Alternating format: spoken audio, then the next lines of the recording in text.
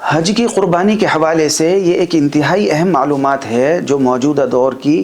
حکومتی پالیسیوں کے تحت ہر حاجی کے لیے جاننا یہ ضروری ہے۔ سعودی حکومت کی نئی پالیسی کے مطابق یہ معلوم ہوا ہے کہ اب کوئی بھی حاجی یا پرائیویٹ گروپ انفرادی طور پر قربانی نہیں کر سکے گا، بلکہ تمام قربانیاں حکومت کے زیر انتظام ہوں گی، جس کے لیے حاجی ٹوکن کے ذریعے سے پہلے ہی رقم جمع کرائیں گے۔ یہاں مسئلہ یہ ہے کہ امام ابو حنیفہ کے نزدیک رمی، قربانی اور حلق، سر منڈوانا، یعنی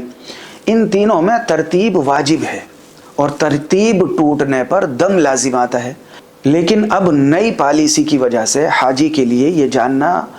ناممکن ہے کہ اس کی قربانی کس وقت ہوئی ہے، اس لیے وہ ترتیب پر عمل نہیں کر سکتا۔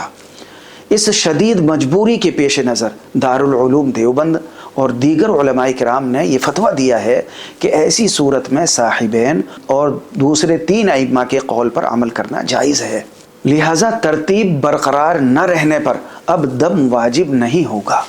تاہم حاجی کو چاہیے کہ وہ احتیاطاً رمی کے بعد حلق کروانے میں زیادہ سے زیادہ تاخیر کرے، دیر سے کرے، تاکہ دل میں قربانی ہو جانے کا ظن غالب پیدا ہو جائے۔ خلاصہ یہ کہ بینک کے ذریعے قربانی میں اب ترتیب بدلنے کی گنجائش ہے، لیکن اگر کوئی اس کے باوجود مالی وسعت ہے، مالدار ہے بہت، تو دم دے دے، تو اس میں زیادہ احتیاط کی بات ہے۔